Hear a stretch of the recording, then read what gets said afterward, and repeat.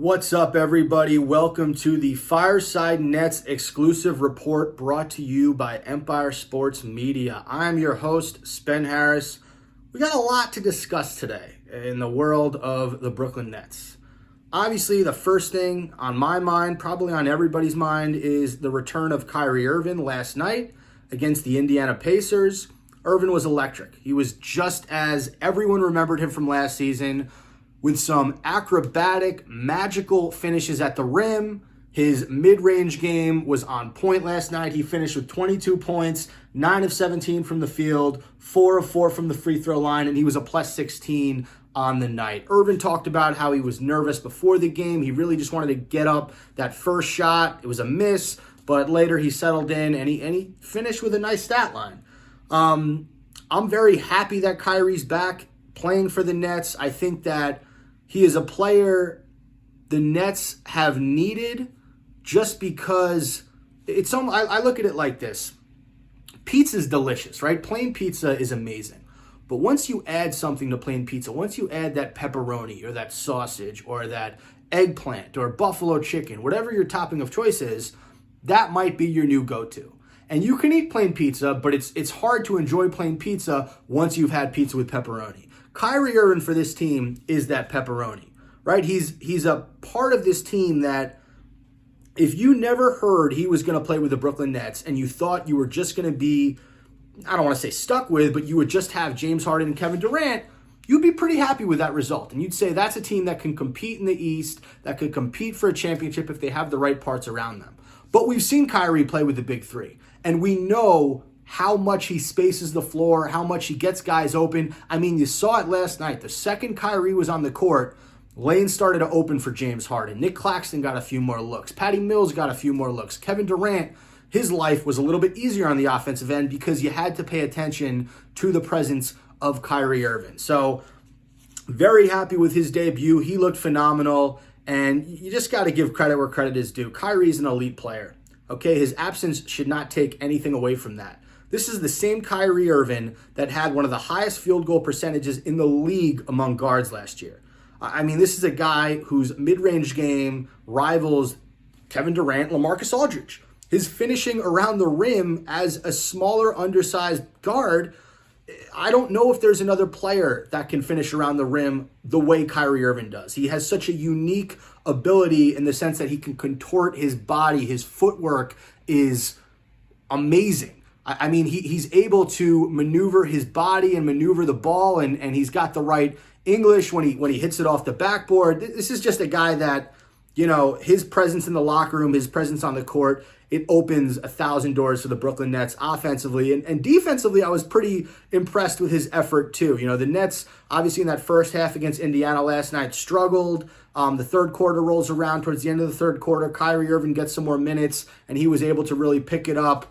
And the one thing Kyrie does that Harden and Durant don't necessarily do is Irving pushes the pace. And you saw that a few times yesterday where he pushed the pace, he got the Nets on the move, and he was able to finish on some of those fast breaks. Very happy with Kyrie's debut. Let's move on to our next topic, and that is Kevin Durant's MVP campaign. Durant had 39 against Indiana. He was 15 of 24 from the field, 2 of 6 from 3 in 41 minutes. He had 8 rebounds, 7 assists, and 1 steal. Durant has been anything short of phenomenal this season. I mean, him and Curry are in this head-to-head race for MVP. I don't think anyone else's name should be mentioned.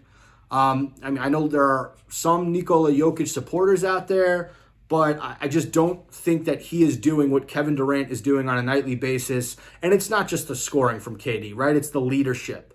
It's getting his teammates involved. It's making the right play. He is the best basketball player on planet Earth right now, and he continued his brilliant MVP performance against the Pacers the other night. If you look at his last 10 games, he's averaging an absurd amount of points. And if we click on his ESPN player profile, I believe he is averaging 30.0 points on this season, which is hard to do, especially when all the attention is always on you. I mean, he's played the majority of the season without Kyrie Irving. He had a week stretch where James Harden was in health and safety protocols and he wasn't able to play. So I just want to credit Kevin Durant for having, the type of season that he's had thus far. He is, in my opinion, the front runner for MVP. If he's not the front runner, he's right behind Steph Curry, but he's been phenomenal this season. And I would argue that the Warriors team around Steph Curry might be slightly better than the Nets team around KD. That's just a thought. The Warriors are extremely deep, and I just think they've had more consistent play from their role guys than the Nets have had this season. All right, we move on to a player on the Nets whose stock has really been rising as of late, and that is Nick Claxton. So Claxton came into the season. He looked pretty sluggish to start. He was out a few weeks with a non-COVID related illness. So a lot of people, I think, assumed it was mono. I don't know if that was ever confirmed. But these past few games, Nick Claxton has been very strong for the Brooklyn Nets. In his last 10, he's averaging 12 points per game, 5.4 rebounds, 1.9 blocks, and he's shooting close to 70% from the field in 27 minutes a game. So you love to see those numbers. That's an improvement from last season, and just the energy he gives this team on the defensive end, on the offensive end. You saw it last night against the Pacers. He had some huge dunks in that fourth quarter, and he's just been such a strong presence for the Nets, who had to play Blake Griffin at the 5 in the beginning of the season, and he struggled. And they've tried Paul Millsap at the 5 at certain points in the season, and he struggled. Your only other option at big man is LaMarcus Aldridge, who you love, but let's face it, 37-year-old LaMarcus Aldridge ain't playing big minutes, throughout the entire season. Last night, Claxton had 23 minutes. He had 12 points, which is the season average, 5 rebounds, 1 block. And LaMarcus Aldridge finished in 16 minutes with 13 points, 3 rebounds. He was 6 of 8 from the field. So Aldridge obviously gets it done from the mid-range. That's his game. He's able to come in off the bench, whether he starts or he comes in off the bench, and he's able to get you that 12 to 14 points from the mid-range every single game. And obviously, Aldridge is the better offensive player than Claxton, but there's a lot that Claxton's able to provide with his motor, with his energy on defense, and with his versatility on defense that Aldridge is just not able to provide. So I love the minutes that Nick Claxton has been giving the Nets these last few weeks. His stock is absolutely on the rise ever since that dunk he had over LeBron James to essentially win the game against the Lakers on Christmas. All right, next up, this is a tough question for me to ask because I love this player. I think that he's such a talented, offensively skilled player, but you've sort of seen him up and down this season, and that's James Harden. I mean, you click on James Harden's statistics, and last night against the Pacers, he finished with 18 points on 5 of 12 from the field, 8 of 10 from the free throw line. Harden's been getting it done at the free throw line for the most part this year. And yes, his assist numbers are ridiculous. He's averaging 9.8 assists per game, 8.1 rebounds per game, and 22.5 points per game. So from a statistic standpoint, he's been playing very well. I get worried when Kyrie's not on the floor, and you can have KD out there or not, but Harden's his offensive rhythm, and it's funny because against the two Los Angeles teams, against the Lakers and against the Clippers, I saw the same James Harden from last year. I saw the guy who controlled the game with his dribbling, who manipulated the game, who manipulated defenders through the pick and roll. And before that stretch of games, and after that stretch of games, he's been up and down. Last night against the Pacers, he did not make as much of a dent as I would have liked to see. And that's sort of been the storyline. Before they played the Pacers, the Nets lost 3 straight games against the Sixers, against the Clippers, and against the Grizzlies. And Harden was very up and down in that 3-game stretch. So my question is, who is James Harden? Is James Harden the phenomenal assist to turnover ratio player we saw last season, in the sense that when we need him to be elite, he can be elite? Or is he a step lower than what we all expected this year. Still averaging close to a triple-double a game, still getting 23, 8 and 10 a game, 10 assists, but he's not as dominant as he once was. When we were comparing him to Steph Curry, when we were comparing him to the best point guards in the league, is he just a smidge below that? I don't know.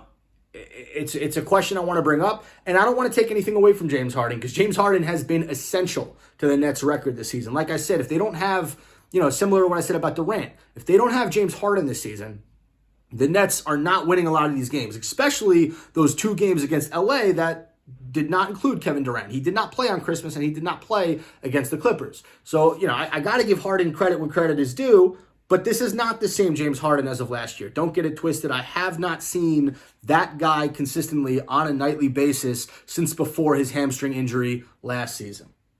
Okay, now we're going to play a little game called More Important When Healthy.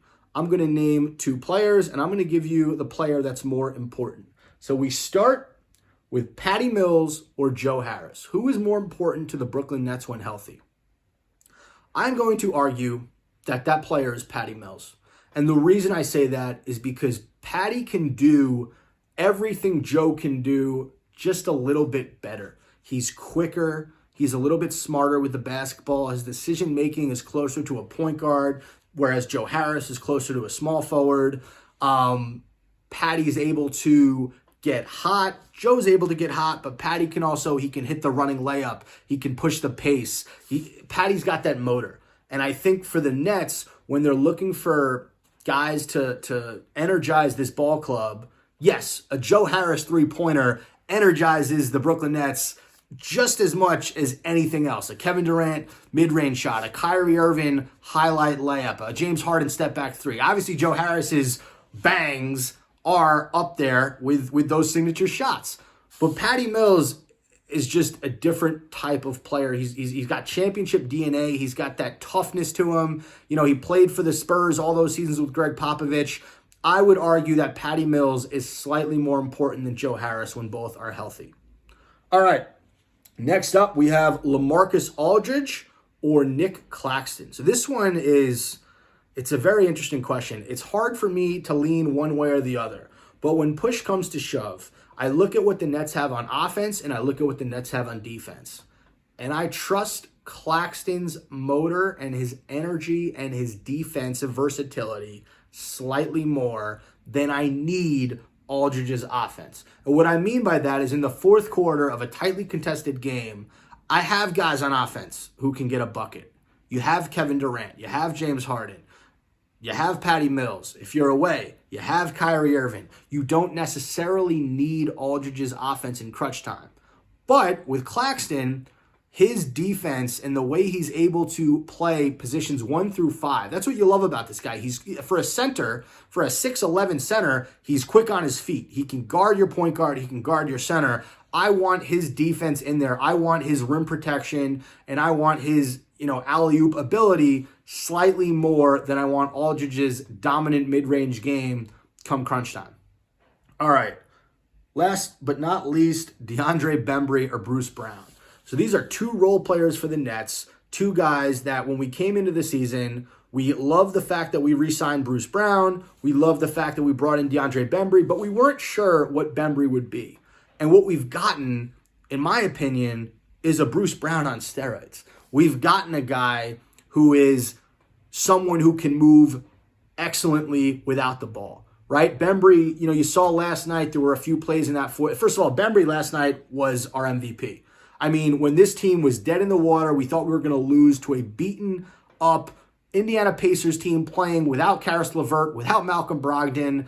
There was a ton of guys out for Indiana. Chris Duarte was not on the court for Indiana last night.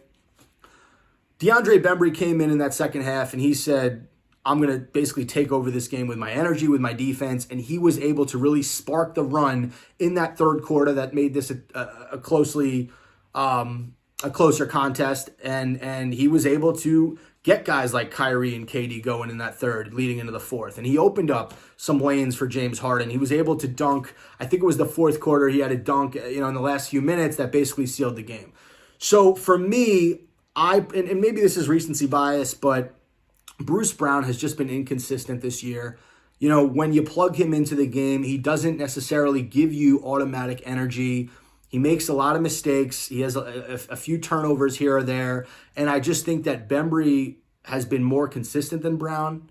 He's a lengthier defender than Brown. He gives guys a slightly harder time on defense than Bruce Brown. And I think finishing-wise, they're very similar. I think Brown has that floater down to a science, but Bembry might be a little bit better of a three-point shooter than Brown. And also, I think I'll take Bembry finishing around the rim over Bruce Brown. So for me, who's more important at this moment in the season, DeAndre Bembry is more important than Bruce Brown. All right, we're going to end this Fireside Nets exclusive report with a little bit of a debate. I'm not sure what side, the listeners, you guys are on, but here is the conflict, and I'm going to talk myself through this. So I call this the Great Nets Playoff Debate. And basically what I mean by this is the Nets are the 2 seed right now, right? They're 24-12. They're second in the East, only the Chicago Bulls. So they would have home court advantage over, the other 7 teams that are in the playoffs. Or 6 teams, yeah. And basically, if you're going to try to go for that, you have to accept the fact that you're only going to have Kyrie Irving for 3 of those potential 7 games until you face the 1 seed, and then you'll get that 4th away game. So the question that's out there now is, should the Nets tank, and should they try to get the 5 through 7 seed? Because is it really home court advantage if you don't have your 2nd or 3rd best player out there? And for me, I think it's ludicrous for any professional sports team to try to tank. I don't see Steve Nash and Sean Marks taking that approach. What I'm hoping, what I think all Nets fans are hoping for, is there's going to be some way, whether it's through a collective agreement with the NBA, whether it's through a change in the city's mandates, there has to be some way that Kyrie Irving can play at home for the Brooklyn Nets in the playoffs. But for now, let's assume he can't. So what do? Do you go for the home court advantage and potentially not having Kyrie for 4 out of 7 games? Or do you go for that 5 to 8 seed where you're going to play 4 games on the road, but at least you'll have Kyrie in a deciding game 7? It's a very interesting debate. I personally don't think you tank. I don't think you ever try to go for those 5 through 8 seeds. Even if you don't have Kyrie, you still have Kevin Durant, you still have James Harden. You should be able to get it done before it leads to that, especially if you're playing teams like, I don't know, let's think, the Hawks, the Celtics, the Knicks, I don't want to say the Heat, because I think you need the big 3 to beat the Heat, or the Bucks. The Sixers are another team I think you don't necessarily need Kyrie for a game 7 for. But there's a lot of scenarios here, and I just, as much as I want Kyrie for as many games as possible, I don't see how the Nets all of a sudden start losing games and fall off the face of the earth and somehow wind up with the 5th or the 6th seed. I don't see that being a possibility. It'd be great to have Kyrie for the whole series. But as of right now, if you're going to get home court advantage, you want to play in front of your fans. That's supposed to be an advantage to have that over the other team. You'll still have Kyrie on the road, but right now, I would say go for the 1 seed if you're the Nets. Do what you got to do, win the games, have home court advantage, and you go from there with Kyrie Irving. But I am holding out hope that there is something figured out where either Kyrie gets vaccinated, or there's a collective agreement with the NBA, or something changes where he could play home games in the playoffs. Because let's face it, this is a hometown kid. Kyrie Irving is from New Jersey. He chose to play in Brooklyn because this is the area where he's from. It would be absolutely devastating if he's not able to play in front of his home crowd and he's only able to get booed by the away crowd in the playoff games. I would hate that. And you saw what he can do on the basketball court last night. You know how talented he is. It would be a complete abomination if the Nets are not able to get one of their top 3 players, one of the top 10 players in the league for the entire playoffs. But I digress. The situation is what it is. It's not changing right now. So I'll say that I would rather have the Nets 1 seed, home court advantage, and have Kyrie for potentially 3 games each series instead of 4. All right. that does it. Thank you for listening to this Fireside Nets exclusive report brought to you by Empire Sports Media. Again, I'm your host, Spen Harris. Tune into our weekly Fireside Nets podcast with Spen and Nick, hosted by myself and my brother. We have a new episode every single Tuesday morning. And follow us on Twitter at Fireside Nets, as well as Instagram. The handle is the exact same. Thank you guys for listening, and have a great day.